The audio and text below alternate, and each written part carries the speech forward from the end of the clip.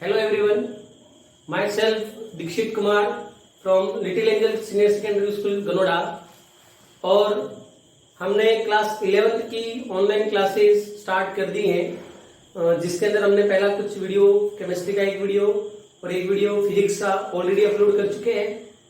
आज हम केमिस्ट्री का दूसरा वीडियो अपलोड करने जा रहे हैं और हमने इसके दौरान क्लास 11th का chapter first some basic concepts of organic chemistry की शुरुआत हमने करी है, जिसके अंदर पार्ट 1 अपलोड हो चुका है। पार्ट 1 के अंदर हमने कुछ बेसिक्स इंट्रोडक्शन की बात करी थी पहले तो, कि केमिस्ट्री की शुरुआत कहाँ से हुई, साइंस की ब्रांचेस कौन कौन सी हैं, केमिस्ट्री का क्लासिफिकेशन कैसे कर रखा है केमिस्ट्री का, वो हमने बात करी थी। फिर हमने बात करी थी कि स्टार्टिंग क्या होती है केमिस्ट्री की, तो मैटर के बारे में हमने बात करी थी। फिर हमने classification of matter, physical classification and chemical classification. Physical classification में हमने मैटर को 3 पार्ट्स में डिवाइड किया था, सॉलिड, लिक्विड एंड गैस। फिर हमने इंडिविजुअल उनकी प्रॉपर्टीज पढ़ी। केमिकल क्लासिफिकेशन में हमने प्योर और इम्प्योर 2 भाग में बांटा था। प्योर के अंदर हमने पढ़ा एलिमेंट एंड कंपाउंड। इम्प्योर में हमने मिक्सचर के अंदर 2 पढ़े थे, homogeneous mixture and heterogeneous mixture. यहां तक की बात कंप्लीट हम हमारे लास्ट लेक्चर में कर चुके हैं। अगर आपने लास्ट लेक्चर नहीं देखा है तो पहले वो देखें, फिर ये वीडियो स्टार्ट करेंगे। आज जो नया टॉपिक में स्टार्ट करने जा रहा हूं वो नया टॉपिक है प्रॉपर्टीज ऑफ मैटर। आज जो हम बात करने जा रहे हैं वो क्या बात कर रहे हैं, प्रॉपर्टीज ऑफ मैटर। तो बेसिक्स बात करनी है, डिटेल में हम आगे बढ़ते जाएंगे इनको। अगर मैं मैटर की प्रॉपर्टीज की बात करूं तो मैटर की प्रॉपर्टीज को 2 तरीके से पढ़ा जा सकता है। पहली physical properties of matter, physical properties of matter, और दूसरा है केमिकल प्रॉपर्टीज ऑफ मैटर। दूसरा है chemical properties of matter. Matter को 2 पार्ट्स में क्लासिफाई किया है, फिजिकल प्रॉपर्टीज, दूसरा है केमिकल प्रॉपर्टीज। फिजिकल प्रॉपर्टीज में हम बात करते हैं फिजिकल स्टेट्स ऑफ मैटर, जो हम क्लासिफिकेशन में पढ़ चुके हैं एक तो। और फिजिकल प्रॉपर्टी के अंदर मतलब एक उसके दिखावे से आपको क्या क्या चीज पता पड़ जाए। एग्जाम्पल के लिए कि आपको किसी को देखकर बताना है तो आप उसमें क्या क्या चीज देख सकते हैं। तो जैसे कि आप उसके अंदर देख सकते हैं उसका कलर, उसकी स्मेल, इस तरीके से आप उसकी बनावट शरीर की, मोटा है, पतला है, काला है, सफेद है, ठीक, छोटा है, लंबा है, ठिंगना है, तो ये उसकी फिजिकल प्रॉपर्टीज होगी किसी ह्यूमन बॉडी की। ये सारी क्या है, फिजिकल प्रॉपर्टीज जो आप देखकर पता लगा सकते हैं। तो ठीक उसी तरीके से फिजिकल प्रॉपर्टीज मैटर्स की क्या क्या होंगी, तो सबसे पहली चीज तो होगी कलर। सबसे पहली चीज क्या होगी, कलर, कि किसी भी मैटर का कलर आप देखकर बता सकते हो। दूसरा बता सकते हो ओडर। दूसरा क्या बता सकते हो, ओडर। ओडर मतलब गंध, आप उसकी गंध बता सकते हो सुनकर। थर्ड जो आपको हमको पता पड़ती है वो उसकी फिजिकल प्रॉपर्टीज में है उसका टेस्ट। थर्ड क्या पता पड़ती है, उसका टेस्ट। फोर्थ चीज जो इसमें फिजिकली हम बता सकते हैं वो है डेंसिटी। और फिफ्थ चीज जो हमें यहां से पता पड़ेगी वो है melting point and boiling point. These are, and one more thing is temperature. One more thing is temperature. These are the some physical properties of matter. ये सब क्या है, किसी भी मैटर की physical properties. Colour, odor, taste, density, melting point and boiling point and temperature। ये सारी होगी किसी भी मैटर की फिजिकल प्रॉपर्टीज के बारे में जिसको आपके बात करनी है। अगली आती है इसकी केमिकल प्रॉपर्टीज। तो फिजिकल के बारे में तो मैंने आपको बता दिया कि देखकर आप क्या क्या चीज पता लगा सकते हो, वो फिजिकली। फिजिकल वर्ड का मतलब फिजिकली से रिलेटेड है। केमिकल का मतलब है केमिकली बिहेवियर, मतलब ये कि केमिकल प्रॉपर्टीज में इसमें क्या चेंजेस आते हैं। तो सबसे पहली चीज केमिकल प्रॉपर्टीज में आती है इनका नेचर। क्या आता है, नेचर। जैसे कि एसिडिक नेचर, बेसिक नेचर। और क्या बता सकते हैं आप केमिकल प्रॉपर्टीज में? कंबशन मेथड, कि इनको जलाने पर क्या होगा। कंबशन का मतलब क्या होता है? जलाना, कि जलाने पर आपको क्या क्या पता पड़ेगी। Third, reactivity towards water, reactivity towards metal, reactivity towards another chemical compounds. These are the chemical properties of matter. जिसमें आपको क्या बताना है कि केमिकल के अंदर आप उसके एसिडिक स्ट्रेंथ बता सकते हो कि कंपाउंड एसिडिक है, बेसिक है, न्यूट्रल है। कंबशन मतलब उसको जलाने पर क्या होगा, क्या वो प्रॉपर बर्न होगा, नहीं होगा, ऑक्सीजन गैस रिलीज करेगा या CO2 गैस रिलीज करेगा या CO गैस रिलीज करेगा, ऑक्सीजन की प्रेजेंस में बर्न होगा या ऑक्सीजन की एब्सेंस में होगा, कंप्लीट कंबशन होगा कि इनकम्प्लीट कंबशन होगा। बहुत सारी चीजें आपको मतलब थिंग्स जो है वो आप इससे क्लियर कर सकते हो।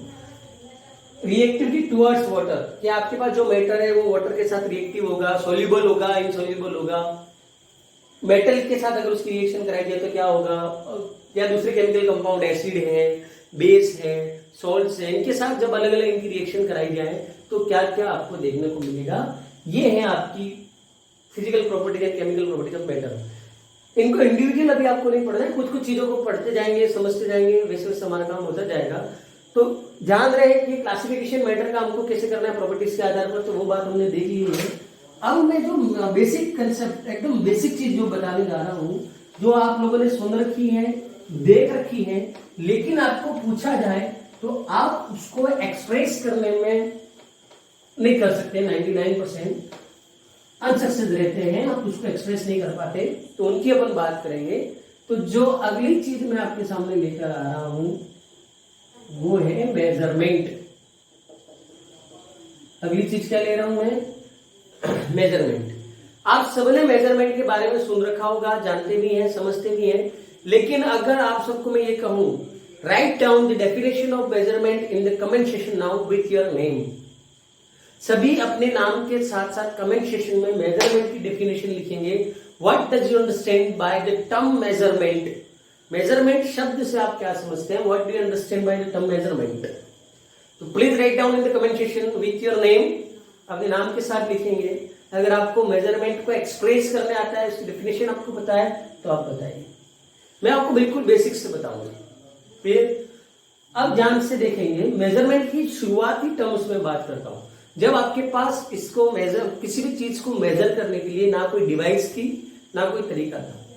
प्रीहिस्टोरिक एज में जब पुराने लोग, हमारे दादा दादी और हमारे परदादा, तो कैसे कहते थे, जैसे कि उनको कोई रस्सी नापनी थी तो वो अपने किसी भी मेजरमेंट के लिए शरीर के अंगों का उपयोग करते थे। They use their body organs to measure the anything, किसी भी चीज को मेजर करने के लिए। फॉर एन एग्जाम्पल, उनको किसी रोप, रस्सी का लेंथ मेजर करना है तो वो अपने हाथ से करते थे। 1 हाथ, 2 हाथ, 3 हाथ। आज भी आप लोगों ने सुना होगा, जनरल कम्युनिकेशन में वो बोलते हैं 2 हाथ रस्सी दे दो, 3 हाथ रस्सी दे दो। तो उन्होंने अपने हाथ का यूज लिया मेजरमेंट करने के लिए।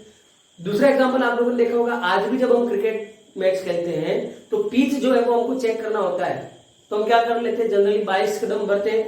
तो आप क्या कर रहे हो, आपके बॉडी ऑर्गन का यूज कर रहे हो, 22 कदम चलकर में आपने मेजरमेंट कर लिया। लेकिन हुआ क्या उसकी वजह से कि मान लीजिए कि मैंने मेरा एक हाथ लिया, तो क्या मेजरमेंट में प्योरिटी होने के चांसेस हैं क्या? अगर कोई दूसरा व्यक्ति होगा, वो अपने हाथ का उपयोग करेगा, तो जितना मेजरमेंट मैंने किया, क्या उसका मेजरमेंट उतना ही होगा? मतलब प्योरिटी नहीं थी मेजरमेंट में। क्या नहीं था? प्योरिटी, और कम्युनिकेशन प्रॉपर नहीं हो रहा था। उस वजह से कोई ना कोई ऐसा सिस्टम लाना था कि इसमें प्योरिटी आए। फिर क्या हुआ, उसकी यूनिट्स डिसाइड हुई, फिजिकल क्वांटिटीज के बेस, वो सब आगे मैं बात करूंगा। लेकिन आप बात करें कि करते क्या हो मेजरमेंट में, आप क्या करते हो?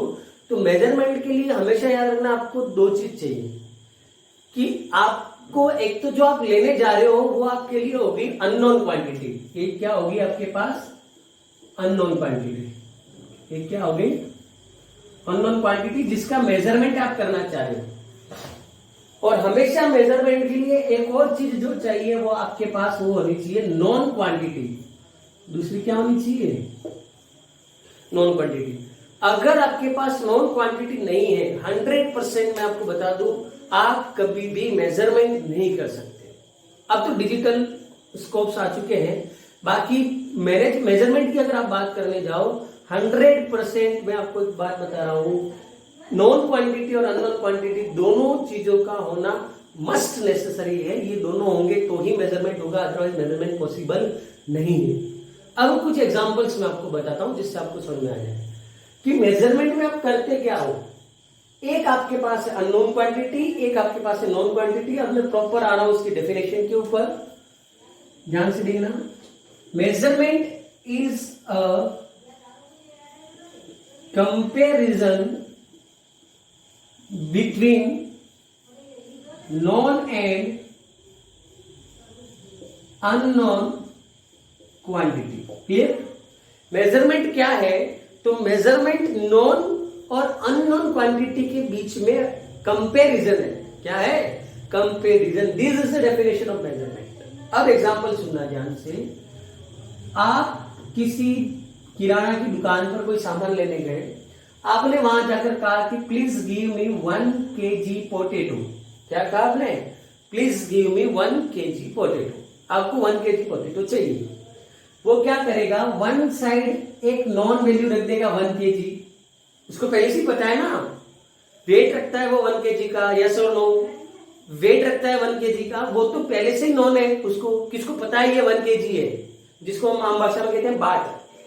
बात आ रही है मेरी समझ में? उसको पहले से ही फिक्स है ना, ये 1 kg है, ये 2 kg है, ये 5 kg है, ये हाफ kg है, यस और नो? अब उसको ये पहले से ही पता है। तो एक तो होगी नॉन क्वांटिटी, वो पहले रख देगा यहां, तो वो होगी नॉन क्वांटिटी। अब इसके रेस्पेक्ट में वो यहां क्या करेगा? आलू रखेगा। जो आलू हमको चाहिए पोटेटो, वो होगी अननोन क्वांटिटी।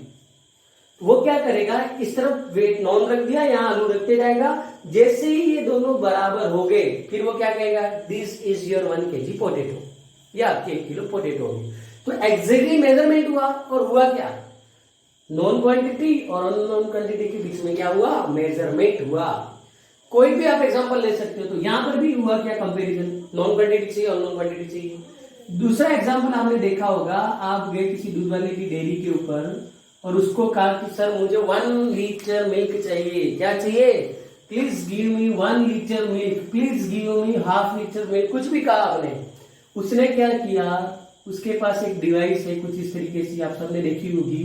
उसके अंदर दूध को भरा और डाल दिया। क्या आपने कभी पूछा कि ये आपने लिया जो क्या फिक्स 1 लीटर है?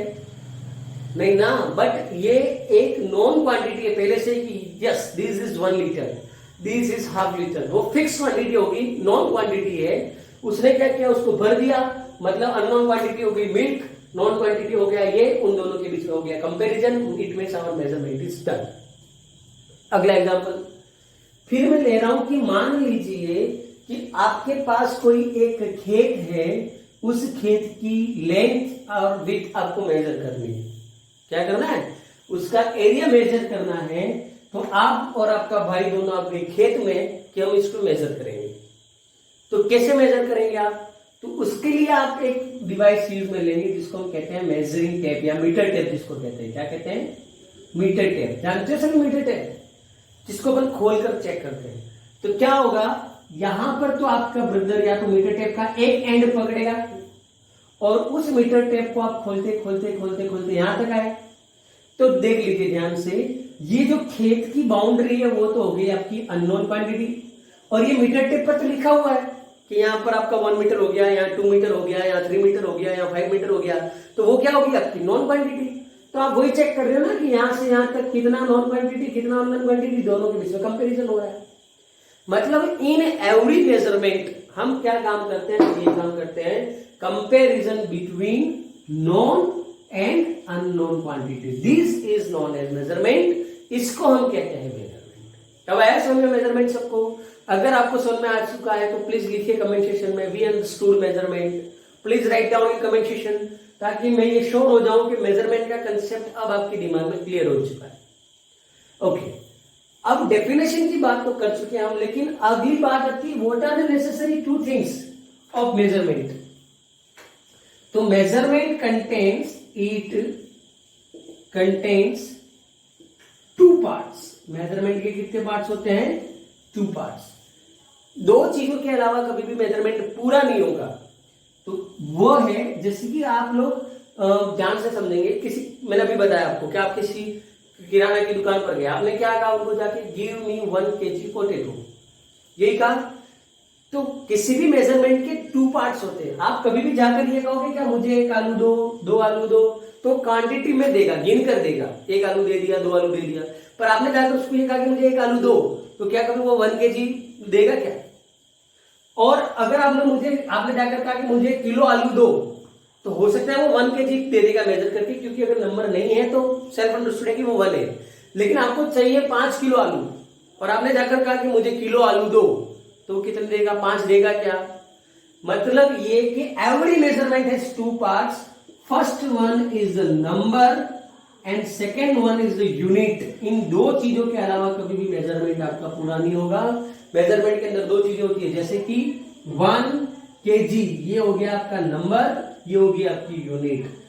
3 लीटर ये हो गया नंबर, ये हो गई यूनिट। 5 मीटर ये हो गया नंबर, ये हो गई यूनिट। मतलब every measurement must contains 2 part, number and unit. Measurement के अंदर कितनी चीजें होती है? 2 चीजें होती है, एक होता है नंबर और एक होता है यूनिट। तो ये था मेजरमेंट। ये क्या था? मेजरमेंट। तो ये आपको उम्मीद करता हूं अच्छे से समझ में आ चुका होगा। अब हम आगे बढ़ते हैं हमारे नेक्स्ट टॉपिक की तरफ। 7 फिजिकल क्वांटिटीज हैं जिनकी यूनिट्स आपको अच्छे से पता होनी चाहिए और जिनको अक्सर आप फिजिक्स या केमिस्ट्री में काम में लेते हैं। तो अब हम बात करेंगे units of 7 physical quantities. Next one is the units of 7 physical quantities. Units of 7 physical quantities. तो 7 यूनिट कौन कौन सी है? ध्यान से देखना। सबसे फर्स्ट है length, mass, time. Length, mass, time. Electric current, fourth. Fifth, thermodynamic, temperature, luminous, intensity and amount of substance. 1 2 3 4 5 6 7 ये 7 फिजिकल क्वांटिटी ऐसी हैं जिनकी यूनिट्स आपको अच्छे से आनी चाहिए, पता होनी चाहिए। लेंथ, अब इनकी जो मैं यूनिट बता रहा हूं ना वो सारी एसआई यूनिट बता रहे हैं। क्या बता रहे हैं अपन? SI unit. एसआई यूनिट का मतलब क्या होता है? System international unit. अब इसका मतलब क्या होता है वो भी समझ लो। अब हुआ ये कि हर जगह पर हर फिजिकल क्वांटिटी की यूनिट अलग अलग थी। भाई हमारे यहाँ पर गांव में बात की तो हमने 1 हाथ 2 हाथ की बात कर दी, सिटी के अंदर मीटर में बात कर दी, किसी ने सेंटीमीटर में बात करी, किसी ने और की। तो जब इंटरनेशनल डील्स हुई, नेशनल डील हुई, तो इन डील्स के अंदर क्या था? कम्युनिकेशन एरर है। जिस चीज को मैं मीटर में बोल रहा हूं हो सकता है सामने वाला कोई और यूनिट ले रहा है। मैंने कह दिया 5 मीटर एरिया आपका, अब उसको 5 मीटर का मतलब समझ में आना चाहिए। तब कम्युनिकेशन स्किल्स में बहुत सारी डिस्टर्बेंस आई। फिर क्या हुआ? सबने मिलकर कुछ सिस्टमैटिक यूनिट्स डिसाइड करी जिनको नाम दिया गया एसआई यूनिट्स। क्या दिया गया? SI units. तो वो SI units all over the world fix हैं। अगर आप लेंथ की बात कर रहे हो तो आपको वही यूनिट लेनी है, मास की बात कर रहे हो तो वही यूनिट लेनी है, उस तरीके से। तो जब भी आप लेंथ की बात करते हो तो आपको ऐसा यूनिट काम में लेनी है मीटर। क्या लोगे आप काम में? मीटर। ध्यान से समझेंगे। Whenever deals with ऐसा यूनिट ऑफ लेंथ तो क्या लोगे? मीटर। और इसका सिंबल है स्मॉल एम। सिंबल है स्मॉल एम। जब भी आप बात करोगे मास की आपको ऐसा यूनिट लेनी है किलोग्राम। क्या लोगे? किलोग्राम। और इसका सिंबल है केजी। टाइम की बात करोगे, टाइम के लिए आपको ऐसे यूनिट लेनी है सेकेंड। सिंबल है स्मॉल एस। इलेक्ट्रिक करंट की बात करोगे आप, सबने पढ़ रखी electric current. Write down what is ऐसा यूनिट ऑफ इलेक्ट्रिक करंट, लिखिए कमेंट सेक्शन में फटाफट, जिनको पता है। तो इसकी करंट की यूनिट है एम्पियर। क्या है? एम्पियर। Thermodynamic temperature. मैं next question, write down the SI unit of temperature in comment section. Fast, अपने अपने नाम के साथ टेम्परेचर की ऐसा यूनिट लिखेंगे सभी फटाफट कि टेम्परेचर के लिए ऐसा यूनिट क्या है। Please write down in the comment section, फटाफट लिखेंगे कमेंट सेक्शन में टेम्परेचर की ऐसा यूनिट। अब ध्यान से सुनेंगे, जब भी हम बात करते हैं temperature 41 degree Celsius, 43 degree Celsius, 45 degree Celsius, 37 degree Celsius, हम बात करते हैं डिग्री सेल्सियस में। बट जब बात आती है ऐसा यूनिट की, तो ध्यान रखना टेम्परेचर की ऐसा यूनिट है केल्विन।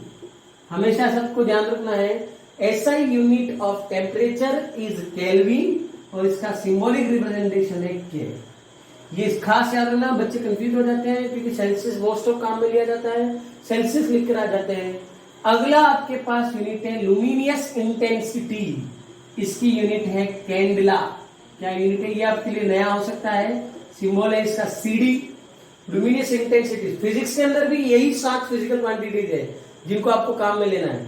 फिजिक्स के अंदर आपके अलग से नहीं आएगा, यही 7 क्वांटिटीज जिनकी आपको बात करनी है। Luminous intensity, candela.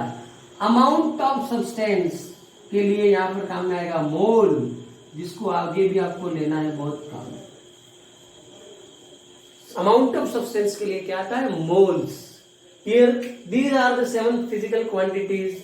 लेंथ के लिए मीटर, मास के लिए किलोग्राम, टाइम के लिए सेकेंड, इलेक्ट्रिक करंट के लिए एम्पियर, थर्मोडाइनेमिक टेम्परेचर के लिए केल्विन, ल्यूमिनियस इंटेंसिटी के लिए candela and amount of substance के लिए मोल। ये 7 फिजिकल क्वांटिटीज ऐसी हैं जिनको आपको आगे through out the chemistry, through out the physics आपको जिसकी बात करनी है। तो मेजरमेंट की डेफिनेशन देख ली, 7 फिजिकल क्वांटिटीज जिनका मेजरमेंट करना है वो हमने देख लिया। अब कुछ बेसिक पॉइंट है इनके बारे में, वो हम बात करेंगे, जिसके अंदर सबसे पहला और सबसे बड़ा confusion, difference between mass and weight. This is the most important topic और ऐसा टॉपिक जिसमें बच्चे सबसे ज्यादा कंफ्यूज होते हैं। तो आइए हम अगला टॉपिक लेते हैं, difference between mass and weight. अगला टॉपिक है difference between mass and weight. अब सुनेंगे ध्यान से।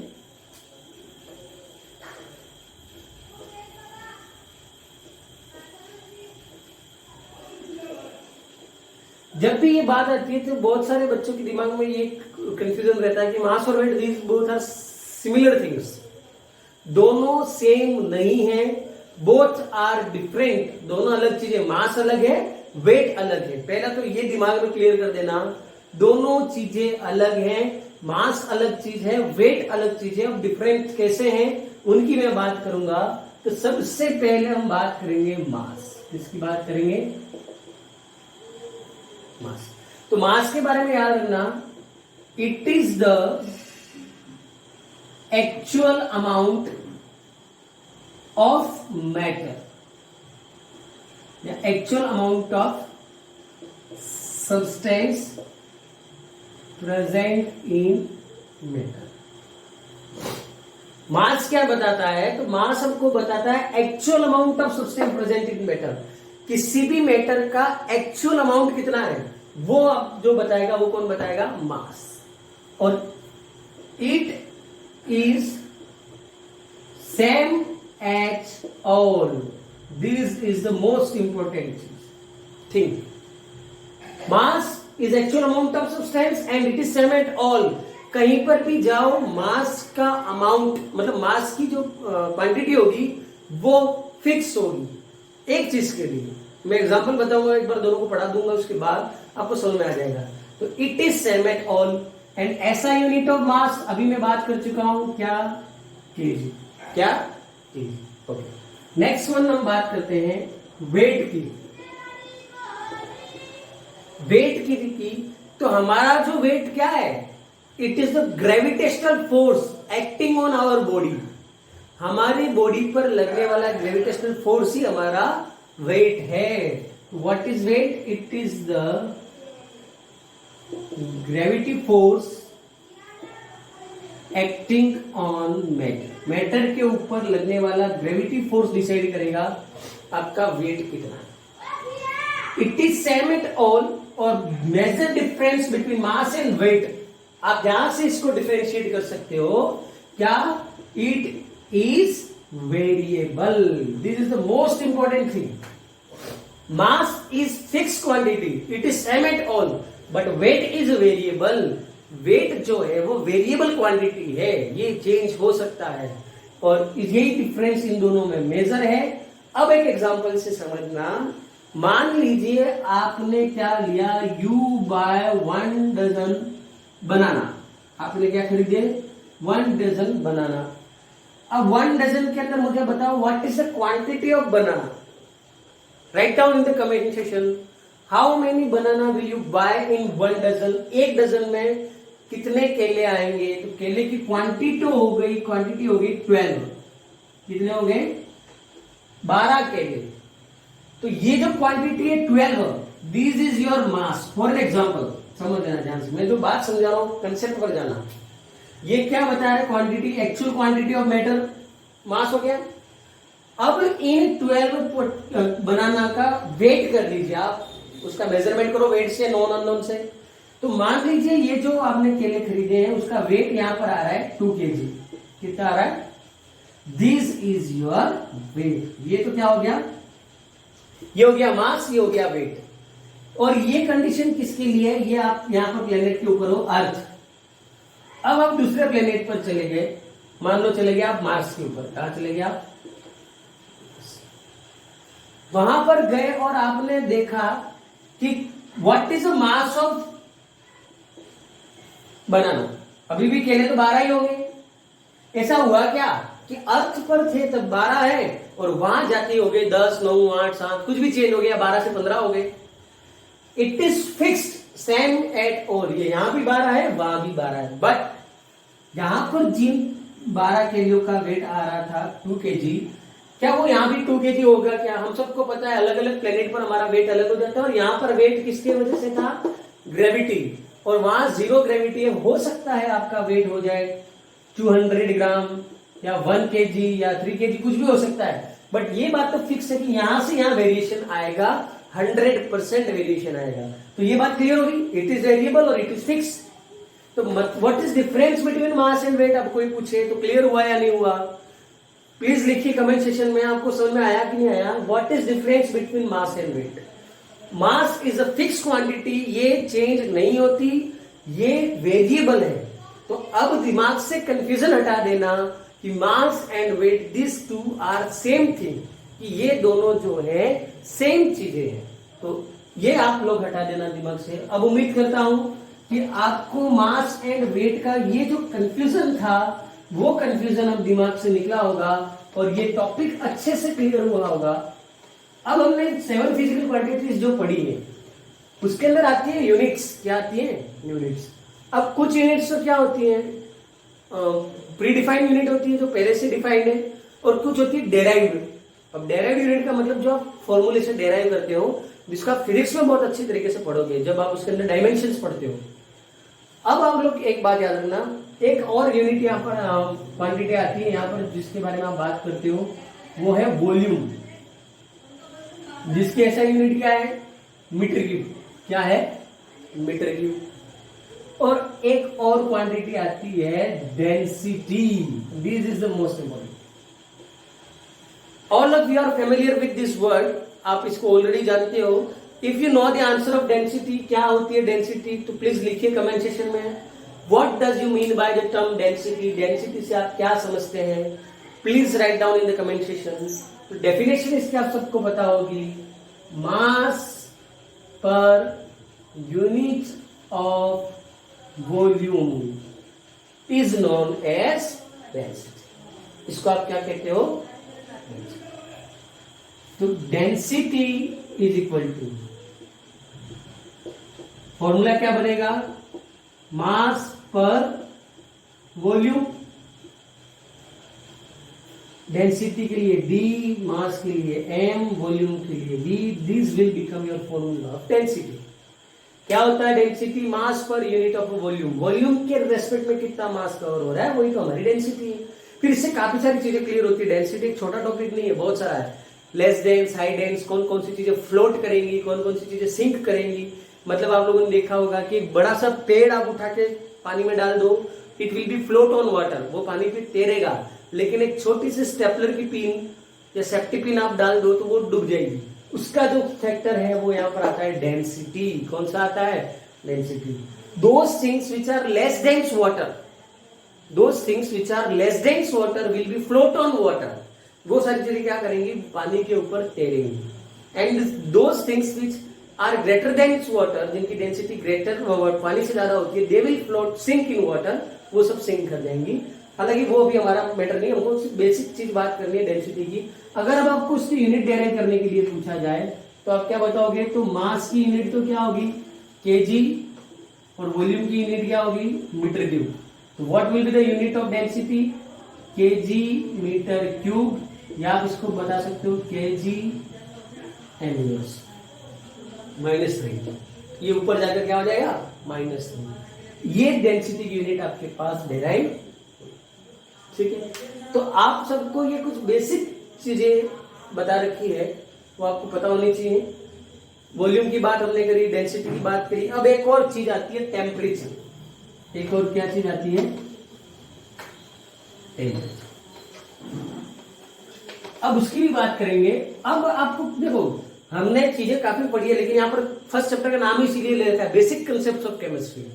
कुछ भी नया स्टार्ट नहीं किया अभी तक हमने। 11th की नई चीजें हम आगे पढ़ेंगे, ये सब पुराना है, कुछ बेसिक बेसिक है जो आपने पहले पढ़ रखा है, लेकिन कभी उसके ऊपर ध्यान नहीं दिया या कभी उसको डिटेल में देखने की कोशिश नहीं करी। अब मुझे आप एक बात बताइए, टेम्परेचर आप सबने कई बार सुन रखा है, टू मेनी टाइम्स, लेकिन मेरा क्वेश्चन ये है, right down the definition of temperature in condensation.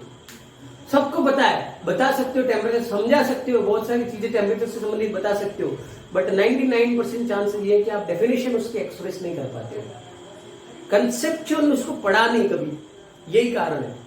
अगर आपको पता है then please write down in the comment section what does you mean by the term temperature. Temperature आपको क्या बताता है? कोई चीज कितनी गर्म है वो आप उसके टेम्परेचर से ही बता सकते हो। कोई चीज कितनी ठंडी है वो भी टेम्परेचर से ही पता पड़ती है। एक बात और दिमाग में रखना, हम क्या करते हैं, टेम्परेचर का संबंध सीधा सीधा गर्म चीज से बता देते हो। आप 0 डिग्री सेल्सियस बोल रहे हो तो आपको पता पड़ जाती है वो चीज बहुत ठंडी है। माइनस में कोई टेम्परेचर है वो बहुत ठंडा है, जैसे हम 3rd डिग्री में हम बोलते हैं temperature falls down up to 5 degree Celsius, it's too much cold. अरे ठंडा है लेकिन वो टेम्परेचर से ही तो पता पड़ रही है। तो डेफिनेशन टेम्परेचर की सुनना, it is the degree of hotness. Most important thing क्या है temperature? It is the degree of hotness. कोई चीज कितनी गर्म है, कोई चीज कितनी ठंडी है, ये जो फिजिकल क्वांटिटी आपको बताती है उसको हम क्या कहते हैं? टेम्परेचर। टेम्परेचर की ऐसा यूनिट अभी मैं आपको बता चुका हूं, ऐसा यूनिट इसकी क्या है? केल्विन। क्या है इसकी ऐसा यूनिट? केल्विन। केल्विन के अलावा 2 यूनिट्स और है इसकी, एक तो है सेल्सियस और दूसरी है फारेनहाइट। ये याद रखना, टेम्परेचर को मेजर करने की 3 यूनिट्स है, केल्विन, सेल्सियस एंड फारेनहाइट। अब कन्वर्जन अगर आपको पूछा जाए कि मान लो आपको टेम्परेचर केल्विन में दे रखा है और सेल्सियस में जाना है, सेल्सियस में दे रखा है और केल्विन में जाना है, तो आप कैसे करोगे? तो कन्वर्जन के लिए याद रखना, अगर आपको सेल्सियस से केल्विन में जाना है, सेल्सियस से केल्विन में जाना है, तो kelvin is equal two degree Celsius plus 273। जो टेम्परेचर आपको डिग्री सेल्सियस में दे रखा है उसमें 273 आप ऐड कर दो तो आप केल्विन में पहुंच जाओगे। जैसे कि आपको पूछा convert 25 degree Celsius into kelvin, question क्या है? Convert 25 degree Celsius into kelvin, तो क्या करोगे आप? 25 प्लस 273, तो आंसर क्या आ गया आपका 298 केल्विन। क्या आएगा? बट याद रखना सेल्सियस में डिग्री आएगी, केल्विन में डिग्री नहीं आएगी, ये भी याद रखना, छोटी छोटी चीजें पता होनी चाहिए। तो ये पहला कन्वर्जन। अब आपको पूछा कि 300 केल्विन को आप सेल्सियस में कन्वर्ट करो, कॉमन सेंस है। अब आपको सेल्सियस निकालना है तो क्या रहेगा? केल्विन माइनस ये उधर चला जाएगा, तो degree Celsius is equal to kelvin minus 273, kelvin minus 273। तो क्या करोगे इसको सेल्सियस में ले जाने के लिए? माइनस 273, तो क्या आ गया 27 डिग्री सेल्सियस। तो ये अगला conversion kelvin to Celsius, Celsius. देखिए तीसरी चीज हमारे पास आ रही है फ़ारेनहाइट। उसके लिए क्या करोगे? तो उसके लिए फॉर्मूला आपको याद रखना है, C/5 is equal to F minus 32/9। ये रिलेशन याद रखना है। ये सेल्सियस से फ़ारेनहाइट और फ़ारेनहाइट से सेल्सियस में जाने के लिए है। अब आपको कोई पूछे कि केल्विन में जाना हो तो सीधी बात है, आप फ़ारेनहाइट से आ जाओ सेल्सियस में, और सेल्सियस से केल्विन में जा ही सकते हैं। आई बात समझ में? तो ये अगला relation C/5 is equal to F minus 32/9। तो these are the 3 units of temperature. Temperature क्या होता है? कुछ फिजिकल प्रॉपर्टीज जो हमको पढ़नी थी उनकी हमने बात करी। टॉपिक हमारा वही चल रहा है, मेजरमेंट। तो मेजरिंग टर्म्स की हम बात कर रहे हैं, तो आगे एक टॉपिक हम पढ़ते जा रहे हैं। आगे भी और मेजरमेंट के अंदर बहुत सारी चीजें पढ़नी है। तो अब हम अगला टॉपिक उठाते हैं, मेजरिंग टर्म्स। किसकी बात करेंगे? मेजरिंग टर्म्स, जिसके अंदर दो चीजें आती है आपके पास, एक तो आती है एक्यूरेसी और एक आता है प्रिसाइजन। तो उनकी हम बात करेंगे अगला, मेजरिंग टर्म्स की। Next measuring terms.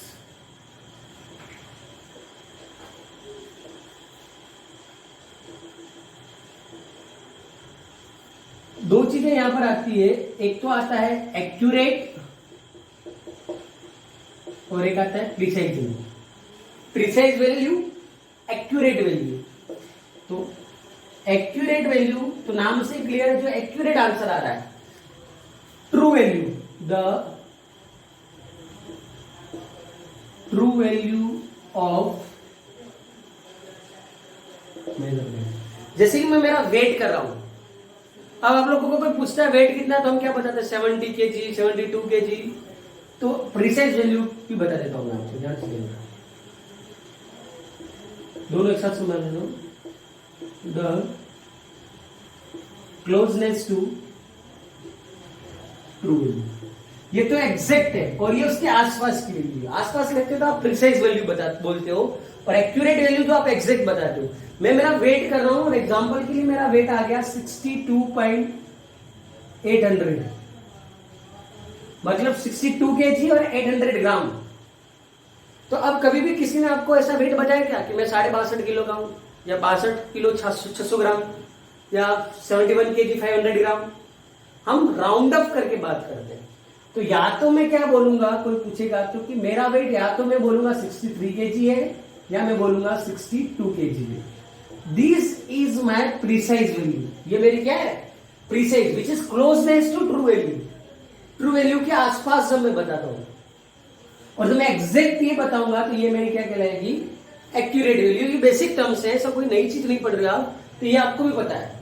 और इसके अंदर हम क्या करते हैं? Rounding off. क्या करते हो आप? Rounding off. Round of maths में पढ़ चुके आप। राउंड ऑफ करने के 3 नियम आपको पता होने चाहिए।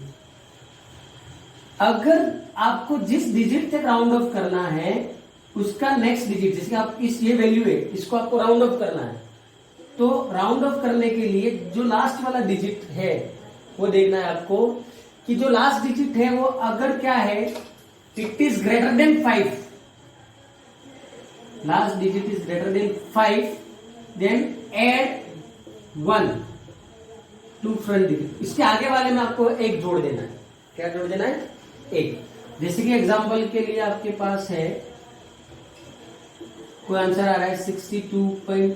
ये आंसर आ रहा है, बहुत लंबा जा रहा है, 626.5 ये आंसर आ रहा है।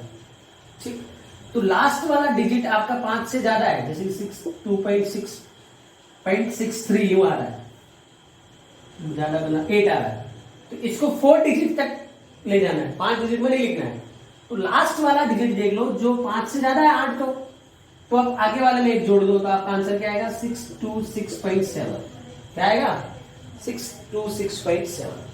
दूसरा आता है लास्ट डिजिट जो है वो अगर आपका 5 से कम हो, अगर यहां होता 63 देन नो चेंज, सीधा हटा दो। तो आप इसको कैसे लिखोगे 626.6, कुछ भी बदलाव नहीं करना है। दो चीजें बताई मैंने, सुनना ध्यान से।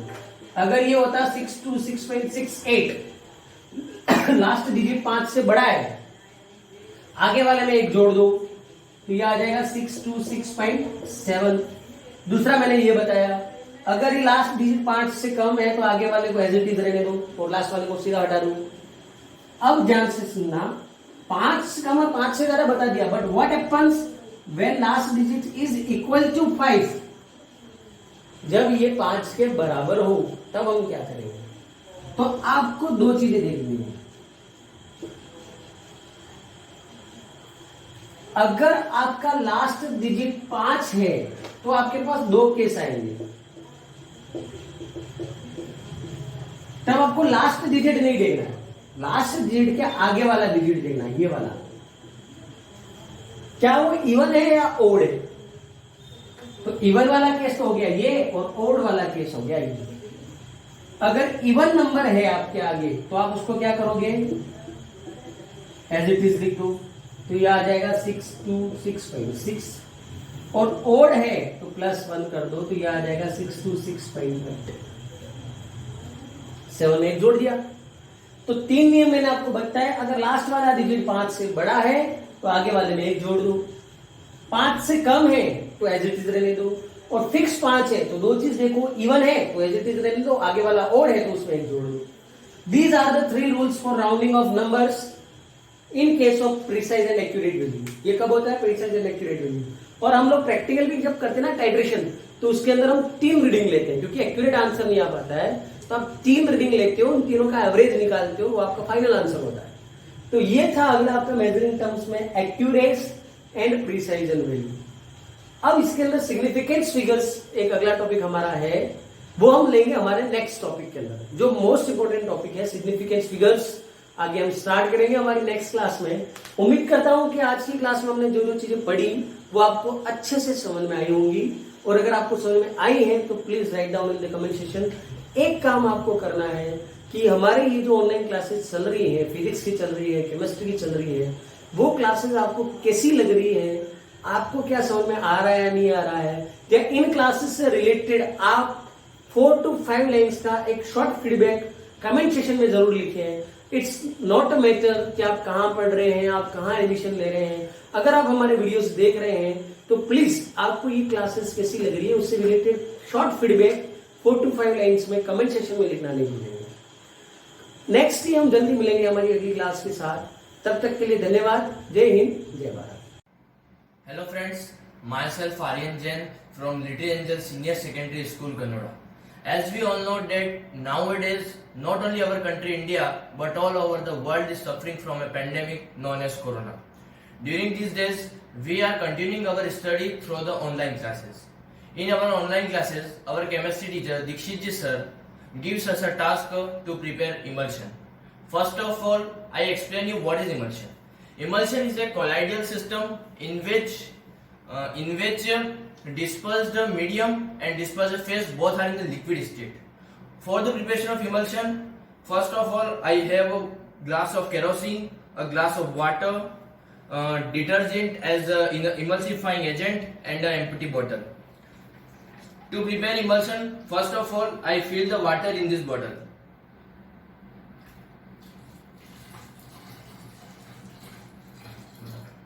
And then I fill kerosene in this bottle.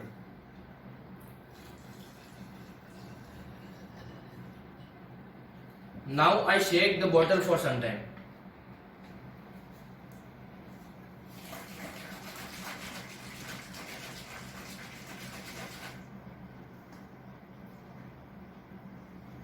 We examined that water and kerosene are not mixed together as our emulsion is not prepared.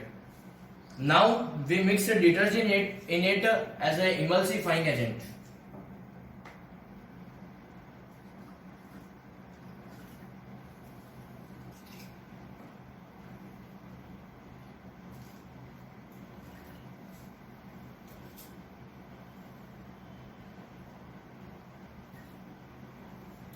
Again we shake the bottle for some time.